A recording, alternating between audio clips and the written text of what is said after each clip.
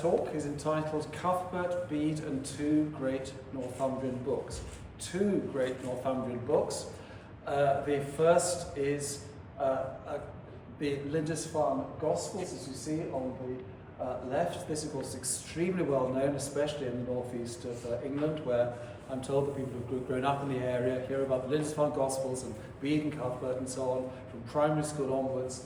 The second, less well known, but as you see, much bigger, Codex Amiatinus, which is already featured in the Sound and Light installation. So, Lindisfarne Gospels, named after the place where the book was made. A couple of images there of Lindisfarne, which are probably well known to most of us. Codex Amiatinus is named after Monte or Mount Amiata in Tuscany, location of the Abbadia San Salvatore, or the Abbey of the Holy Saviour, where the book was preserved for over 1,000 years. But it was created not in Italy, but in the so-called double monastery founded by Benedict Biscop and his successor Ceolfrith, made famous at Sunderland University. You will come across this rather unusual statue. The Sunderland Codex statue at their St. Peter's Riverside campus, installed there in 1993 and inaugurated by Her Majesty the Queen, the late Queen. And this statue commemorates the library of St. Peter's Monastery, Monk Wearmouth. This fantastic library developed by Benedict Biscop, who is spending much of his life journeying to and fro from Northumbria to Rome and back again. Every time he comes back, he's got a new wonderful collection of books and other ecclesiastical items, pictures and so on. This statue, this modern statue, commemorates his achievement. Note particularly the very large tome right at the end, just at the left-hand end.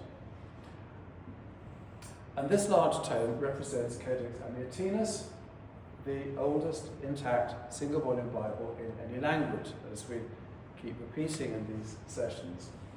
And if we go around the corner and actually look at that open book, we see an image, not in colour, on the left-hand side, colour image with text on the right-hand side. And you can probably see that the outline image on the left corresponds to the wonderful picture of Ezra the scribe rewriting the Old Testament, because in the legend the whole Old Testament has been destroyed and Ezra has to come and restore it. On the right-hand side we have the opening of John's Gospel in the Lindisfarne Gospels. In Principio erat verbum, in the beginning was the Word. That Z-like character is actually an N on its side. So in Principio, the B-like character is a P. So it doesn't look like in the beginning in Principio, but that's what it says. And this is very odd. What is the Lindisfarne Gospels doing in Codex Amiatinus? What is going on here? Well, there are various ways of interpreting the artist's decision to feature Codex Amiatinus, but then to put the Lindisfarne Gospels in colour on one side and Codex Amiatinus in a very plain outline on the other side. But I think it's a nice illustration of the way in which the Lindisfarne Gospels is so well known and so popular, especially in this region, but also throughout the country. And somehow Codex Amiatinus has always been slightly outshone and outperformed, as it were, by the Lindisfarne Gospels. And that's really what we're trying to sort of rectify during this session tonight and the other sessions on our tour. So we come on to just a brief outline of the areas that I'm going to be covering. Basically, I'm going to be comparing these two great books. They are undoubtedly two very great books, and in promoting Codex Amiatinus, I'm in no way wanting to diminish the status of the Lindisfarne Gospels. So they have quite a lot in common. There's a Bede connection, almost inevitably. Bede writes the life of St. Cuthbert, who of course is very closely associated with the Lindisfarne Gospels. Bede also writes a life of Ceolfrith, the abbot, who was his own abbot, his boss at Jarrow. And in particular, he tells us about the pandects, the complete Bibles that Chilfrith calls to be made, including Codex Amiatinus. Pandect is a Greek-based word which means sort of all-encompassing, all-receiving. So the idea is that absolutely everything, this library of books, is compressed into a single volume. We are, of course, completely used to the idea of the Bible as a single book. This is still very, very strange to people in Anglo-Saxon England in the early medieval period. So, proceeding with our comparisons, I'm going to show ways in which the Lindisfarne Gospels has been modified by later users to make it a more English book, and correspondingly the Codex Amiatinus has been modified to make it more Italian. So in a way where later users have pushed them apart and made one more English and the other one more Italian. The Lindisfarne Gospels, as I've already said, is closely tied to St Cuthbert and Northumbria. And here the contrast is with the more sort of international outlook, which I think is evident in Codex Amiatinus, not just in the fact that it's taken to Rome, but in some of the artwork included within it. And the most obvious difference is, of course, that the Lindisfarne Gospels is far smaller. It just encompasses the 4 Gospels, whereas Codex Amiatinus is a complete Bible. So in that sense is a more significant achievement, requiring more resources, more skills, and so on. Those of you who've seen the wonderful foam life-size models that Lawrence has created over in the side aisle will have a sense of quite how large Codex Amiatinus is. Do have a look at that after this session if you haven't already seen it. So first of all of those 4 topics, there's the Bede connection. Bede, as I've said, writes biographies of the individuals most closely associated with the 2 books, Cuthbert on the one hand and Chilfrith on the other. So let's look at Bede and Cuthbert to start with. So here is Bede, he's writing, maybe he's writing the life of Cuthbert, maybe he's writing one of his many other works. And here is an image of Cuthbert from the Galilee Chapel in Durham Cathedral. Cuthbert as bishop, looking very impressive and authoritative. But it's been a great pleasure just recently to get to know a wonderful image of Cuthbert that we have here in this church in High Pittington, where Cuthbert is being consecrated as bishop. And there are several reasons why I think this is a wonderful image. First is that it, I think, makes it plausible that Cuthbert, as we know from the life of Cuthbert, really didn't want to be consecrated as bishop at all. He wanted to carry on living as a hermit on a Farne Island. He was more or less forced, dragged off Farne Island and consecrated as bishop by no less a figure than the Archbishop of Canterbury, who is an extraordinary figure. You can see him there, Theodore of Tarsus. He comes all the way from Tarsus in modern Turkey, the birthplace of the Apostle Paul. He is a very, very important Archbishop of Canterbury. This must be one of very few images of Theodore of Tarsus. You can see the head of King Edgefrith. Again, I doubt if there are too many images of Edgefrith. And at the back, that might be a character called Trumwine or Trumwina, who I think was Bishop of Hexham.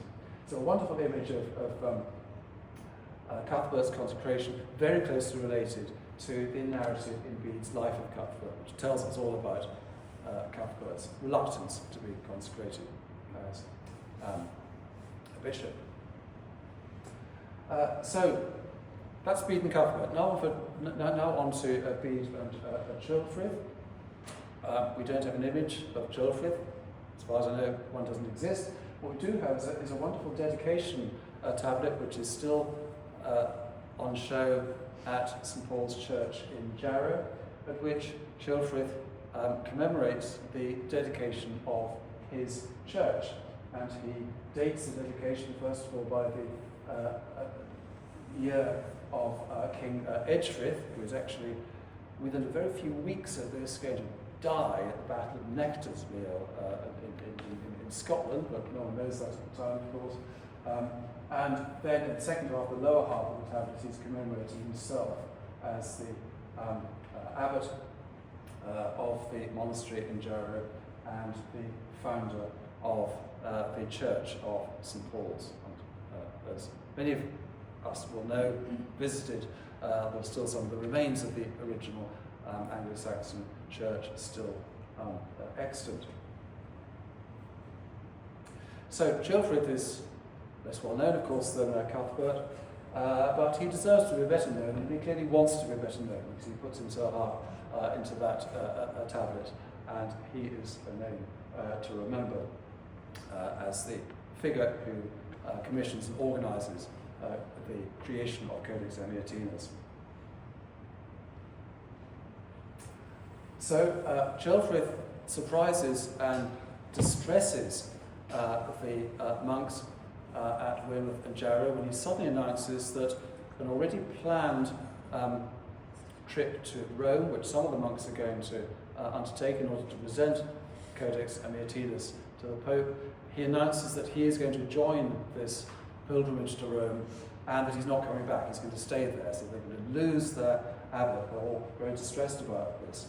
And then their trauma increases when, sadly, he dies en route and doesn't make it to Rome, but the book does, because some of the quite large party of monks and hangers-on who are accompanying him make the journey to Rome and presumably present the book to the Pope. It's really intended for St. Peter's, Rome, a very specific location, because it's dedicated to the body of Peter. And the body of Peter is in St. Peter's, Rome, so this book is intended to be placed as close as possible, I would assume, to the tomb of Peter, in the Church of St. Peter, the old St. Peter, before it was rebuilt in the Renaissance period. So, last here is the writing about the Pandects, the complete Bibles themselves. Chilfrith doubled in size the libraries of both monasteries with no less industry than Abbot Benedict had displayed when he began it with great urgency. He personally added 3 Pandects of the new translation, that's the Jerome translation, to the one of the old translation, that's the pre-Jerome Latin translation, that Benedict had brought from Rome.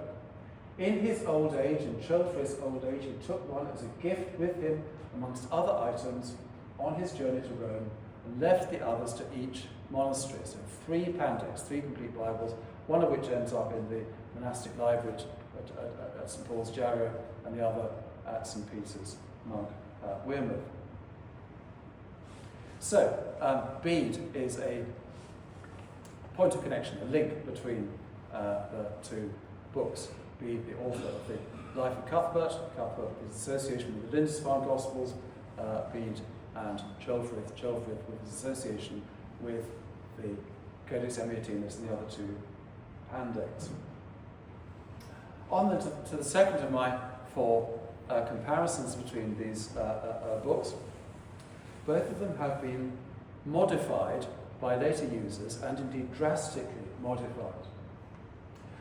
So here is again the opening page, the beautiful opening page of St. John's Gospel in the Lindisfarne Gospels. Spectacularly beautiful illuminated page. If you've got good eyesight, you can probably just about see that at the top, some little black words, and then some more there. This is the beginning of the translation of John's Gospel into English, or Anglo-Saxon, or Old English. We recognise some of the words. God's spell is obviously our gospel. Infruma is in the beginning, but then was word was the word, erat verbum. So here is an attempt to make this book, I assume, more accessible to readers who at a later stage, we're now in about the 10th century, don't have terribly good Latin and need a bit of help with it. And that all looked quite nice on the illuminated page. By the time we got the Anglo-Saxon translation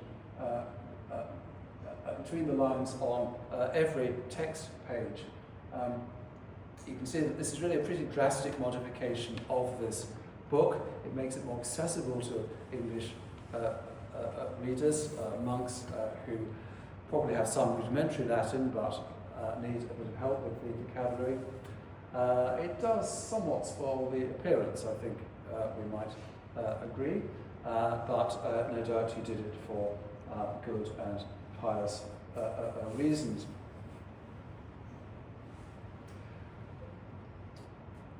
But I'd like to look now at the famous colophon. A colophon is a comment, often a short request of prayer, that a scribe may write at the conclusion of his or her scribal activity, writing a text. And although the producer of the Anglo-Saxon, the Old English translation, is not the scribe who's written the main text, he's only written the translation, he produces an extremely long colophon, a long section there, which places him, his name is Aldred, in the 10th century, places him in the company of the other makers, the other creators of this text. And there's a lovely window in the Church of Saint Laurence in Chester Street, in which the makers of the Lindisfarne Gospel are commemorated. So first of all, there's Yadfrid, the scribe there, who, at least according to Aldred, is responsible for the text, so he's the main producer of this text. And then Ethelwald, who, according to Aldred, is both a bishop but also a bookbinder, and in the same panel, Wilfrid, anchorite, and Smith, who's supposed to decorate the cover. And then finally there's Aldred himself producing his translation. So next slide. What he's doing is putting himself in the company of 3 earlier people responsible for this book, and he is identifying himself as the 4th maker of this book, and there's a very explicit comparison with the 4 evangelists. So Aldred has a very high opinion of his work, even if we might be a little bit doubtful about whether it was really a good idea to scroll this little Old English translation on every possible page of this beautiful Latin book. So the book gets drastically modified by the activity of this 10th century figure, Aldred, and in that way it becomes more an English book. It's originally a Latin book. Of course, the Latin text is still there. It is made more English by the activity of Aldred. So, on then to Codex Amiatinus, and again it has been drastically modified, not with a translation running right the way through it, of course, into some other language, but by alterations made to the dedication page. You may have noticed the dedication page in the form which is presented there, presented in the artwork that we've seen, and it dissolves and is replaced by something else. And the reason is that an act of forgery has taken place here. You can perhaps see, at least if you're fairly close to the front, that some of the wording in the Latin on the left-hand side is a different colour. It's a brown or reddish-brown colour as opposed to the black ink of the majority of the page. And that brown ink would originally have been black, but it's actually gone sort of reddish-brown over the years, and that is a telltale sign of a forgery that has taken place. And this then is the original form of the dedication page, which has been reconstructed by Ross of the projection studio, who's been responsible for the projection we've seen, and he has inserted the original text in which the dedication is to the body of the great Peter, and the donor, the person who is giving the gift, is identified as Chilfridus Anglorum, underlined there. Chilfrid of the Angles, abbot, or Chilfrid, abbot of the Angles, from the extreme limits of the earth. Up here we are in the extreme limits of the earth, at least from a Roman point of view, in the early medieval period, and he identifies himself very clearly as the donor of this wonderful book. So the dedication should read, to the body of the great Peter, venerable in merit, and the ancient faith declares, head of the church, I, Chilfrid, abbot from the distant lands of the Angles, send this token of my devout mind, wishing for myself and my people that it may always be among the joys of so great a Father to remember us in heaven. So this book too was drastically modified by whoever scratched out the original donor and replaced it with Petrus Langobardorum, Peter of the Lombards, making it look like an Italian book in a way which is roughly equivalent to Lindisfarne Gospels being made into a more English-looking book. So in a sense, these two later users are pushing these two books apart, and what we're trying to do in this session is to bring them back together again and to undo the work of the later users, or in one case, forger. On then to the third element of this comparison between the two books. The Lindisfarne Gospel is closely tied to St Cuthbert, as we've already seen, it's well known, and to Northumbria. Codex Amiatinus is dedicated to St Peter and destined for Rome, so with a more international dimension to it. So we're back with the colophon, but what I particularly want to draw attention to here is Aldred, the author of this colophon, the author of the Anglo-Saxon Old English translation. What I want to draw attention to is his attempt to link the book, to tie the book very, very closely to Cuthbert himself. He claims, as you see, that Liadfrith originally wrote this book for God and St Cuthbert and all the saints that are in the island. And then when he talks about his own translation, his own gloss, his very lengthy description is full of references to Cuthbert. I've underlined them, about sort of 7 or 8 of them there. He talks, for example, about glossing the book in English with God's help and St Cuthbert. So St Cuthbert has been dead for several centuries, but he's up there in heaven and he's helping Aldred to produce his translation. And then at the end, he insists that all 4 makers of this book, Liadfrith, Ethelwald, Wilfrid, and Aldred, that they all created this gospel for God, of course, and for St Cuthbert. So he could not be more emphatic about that Cuthbert link.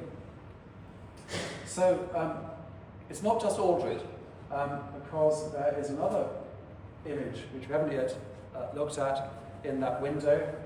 It's a late Victorian window, I think in the 1890s, in Chesterton Street.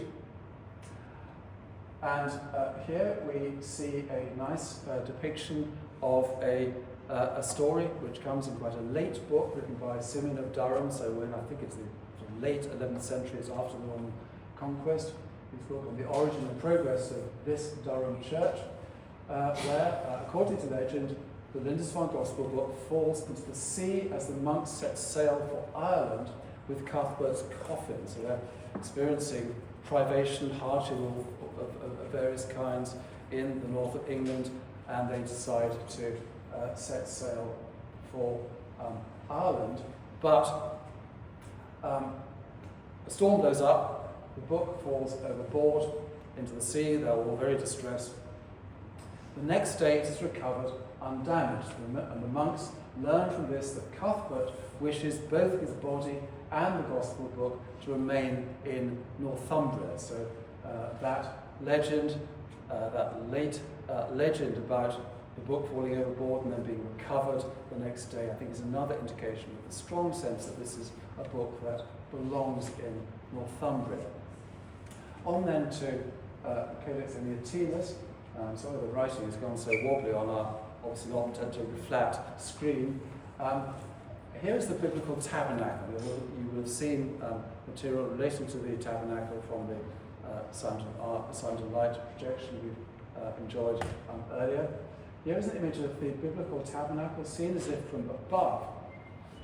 What I think is interesting about it is that I think it's in part a kind of image of the world itself. 4 points of the compass are identified: north, Arctos, at the top, Macedonia, south, east, and west. It probably doesn't look very like a map to those of us who are used to modern maps of the world, but here is an ancient map of the world, which does portray the world as a. Can you get back to the map? Thank you very much. It does portray the world in a kind of rectangular form. It is so hard to work out where anything is. Imagine that this sort of space in the middle, which must have been originally coloured blue, probably the Mediterranean, which would then mean that somewhere around the middle of it is Jerusalem. Jerusalem seen as the centre of the world.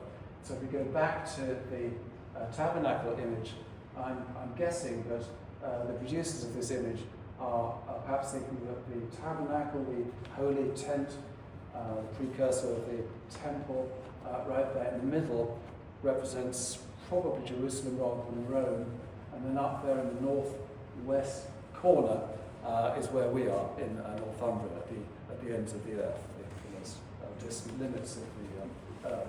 So it's an illustration, I think, of the kind of international orientation of this great book. Finally then, I hope I haven't been speaking for too long. I nearly have, but I'll go through this as quickly as possible. Actually, I'm not doing too badly, am I?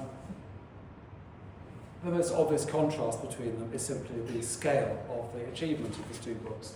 The four-gospel book, in the case of the Lindisfarne Gospels, Matthew, Mark, Luke, and John, and the complete Bible in the case of Amiatinus.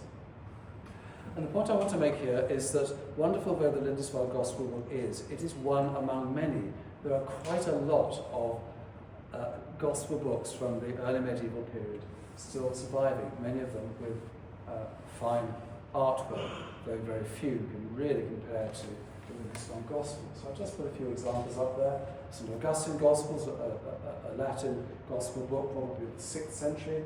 So image of St. Luke, so evangelist portraits are one of the ways in which these books are enhanced with artwork. Book of Durham, an Irish book, very nice little eagle there, who is not in this book associated as he is elsewhere with the Apostle John, but with the evangelist Mark.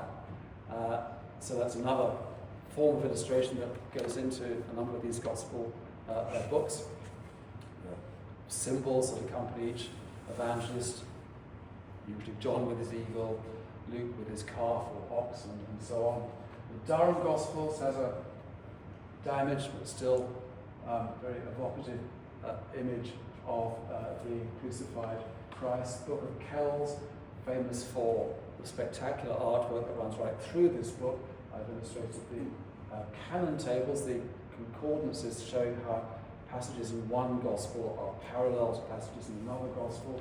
All these are among the varieties of artwork that you find in gospel books.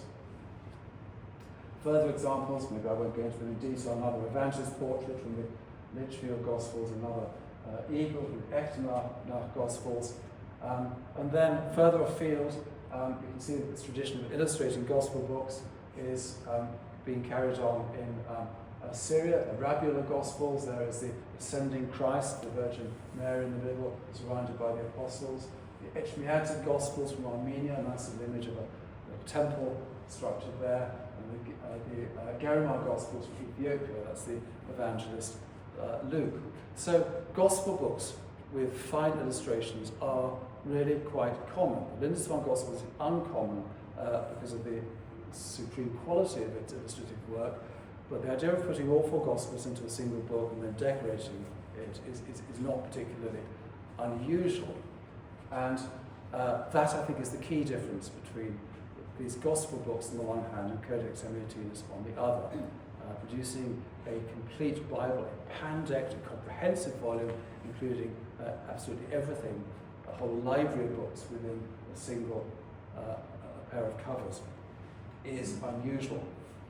It's not completely unprecedented. It's not the case that Codex Amiatinus simply is the first complete Bible, because they had been produced, probably not in very great numbers, but they have been produced from the sort of late 4th century onwards, when after Constantine's conversion, the church is really far better resourced than it's ever been before, and can afford the resources necessary to produce a full Bible. So this is one early example, Codex Amiatinus. It's a wonderful book, but only about 60% of it actually survives. So that's what differentiates these early Bibles from Codex Amiatinus. Codex Amiatinus is intact, it's all there, all the other ones are damaged. Another very, very interesting feature of this book, I'm drawing close to the conclusion now, is that its editors are actually reflecting on the decisions that they have to make in order to put this whole massive library of sacred texts within the covers of a single volume. They have to make a whole lot of decisions. What goes in, what does not go in, what order to put them in, and the lovely decorative diagrams are actually illustrating 3 of the possible ways of structuring a complete Bible associated with Durham, a 3-part Old Testament. Durham is the translator of the Hebrew Old Testament, and he is assuming a tradition, a Hebrew tradition, in which the Old Testament is divided into 3 parts. Augustine has a different view, different take on the Old Testament, and then these lesser-known writers again have a view of the scriptural texts, the complete range of scriptural texts, which is significantly different from the other 2. So it is really interesting that the editors of this book are reflecting on the fact that there are many ways to create a Bible, and they've got to choose one of them. They can't follow them all. They do at least acknowledge the fact that there are different possible ways of putting the sacred texts together. And here's what they finally decided on. It doesn't actually correspond exactly to any of the 3 ways illustrated in the previous diagrams. Here we have a table of contents with the Old Testament on the left-hand side and the New Testament on the right-hand side. The New Testament is in exactly the same order of its 27 books as you would find in any modern Bible. I think it's the first time that exactly that order is found in any manuscript. So that's another way in which Amiatinus is unique. It corresponds much more closely to our New Testament in the Bibles that are in front of you in the pews than any earlier manuscript. But here are just 3 ways, so I draw towards a close, of summing up the importance of this book. It's a book in which a library of 70 plus, actually 71, sacred text becomes a single book. Remarkable achievement at the time. It's the oldest surviving ancestor of every later Bible, so the Bibles in front of you in the pews are currently living descendants of this book. And it was made in Northumbria, less than a century after Northumbria became Christian, so really quite remarkable achievement. So, conclusion. 2 great Northumbrian books. I've just got a couple of final comments to make to highlight what I think is the common ground between them. First, the 2 books share the same gospel text, showing the cooperation between the 2 monastic centres. So, to show that they are using exactly the same gospel text, and therefore the Lindisfarne people have almost certainly got their gospel text from Weymouth and Jarrow, I took a random passage from Codex Amiatinus, a passage from Mark's Gospel, and a passage from one of the Lindisfarne Gospel manuscripts, which sadly doesn't have a nice name, it's just called A210. And if we can move on to the next slide, I've underlined points where the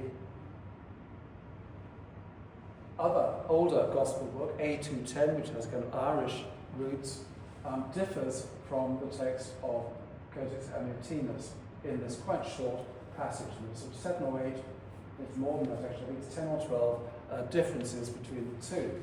If, on the other hand, we compare the Codex Amiatinus Latin text with the Lindisfarne one, there are no differences at all.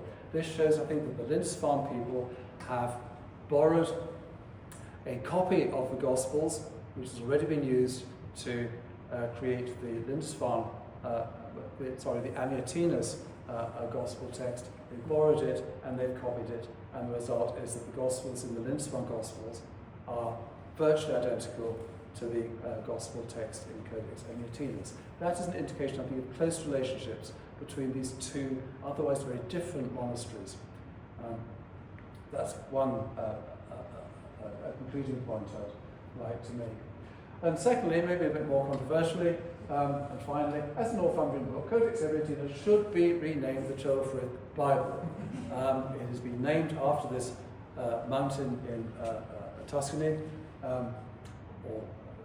because that's where the monastery, where it is kept,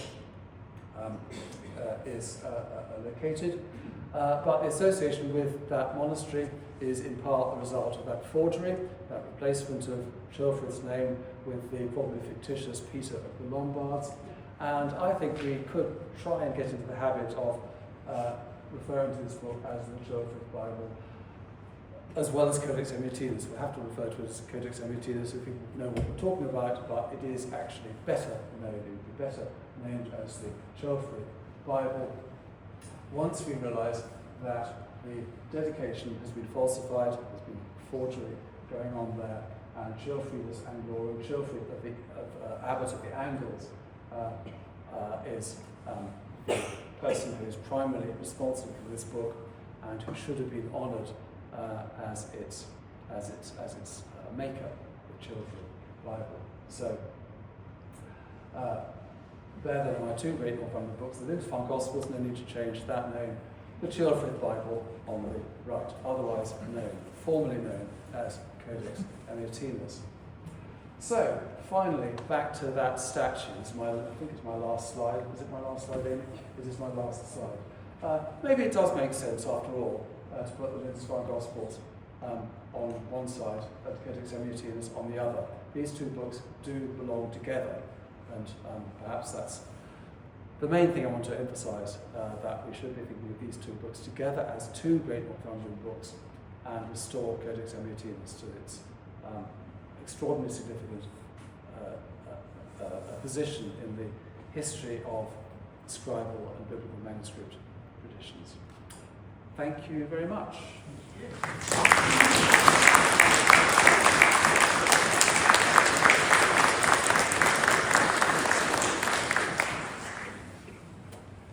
So I think there's some time for questions.